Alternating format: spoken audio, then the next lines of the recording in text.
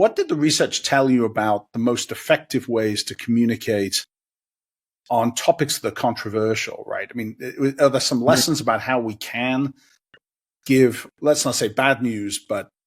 we can communicate things which may not fit in with people's pre-existing views? So I think it's worth distinguishing like what the effect of some intervention that's like a correction like this is for the person who originally shared content versus in aggregate. Because these corrections can still sort of work in aggregate in that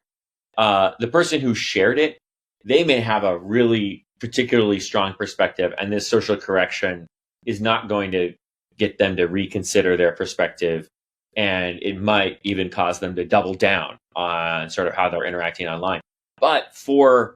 all the people who are following them and getting exposed to the content, it still could be beneficial. So I do want to be clear that like this doesn't necessarily say that these kind of social corrections don't work, but they may not work for that person and for the people right around them. So actually there's this new paper out about the effects of community notes on, in particular on X, but now community notes are coming to Meta platforms, which is where,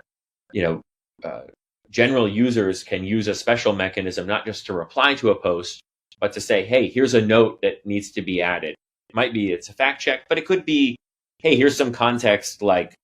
that is really important for interpreting this.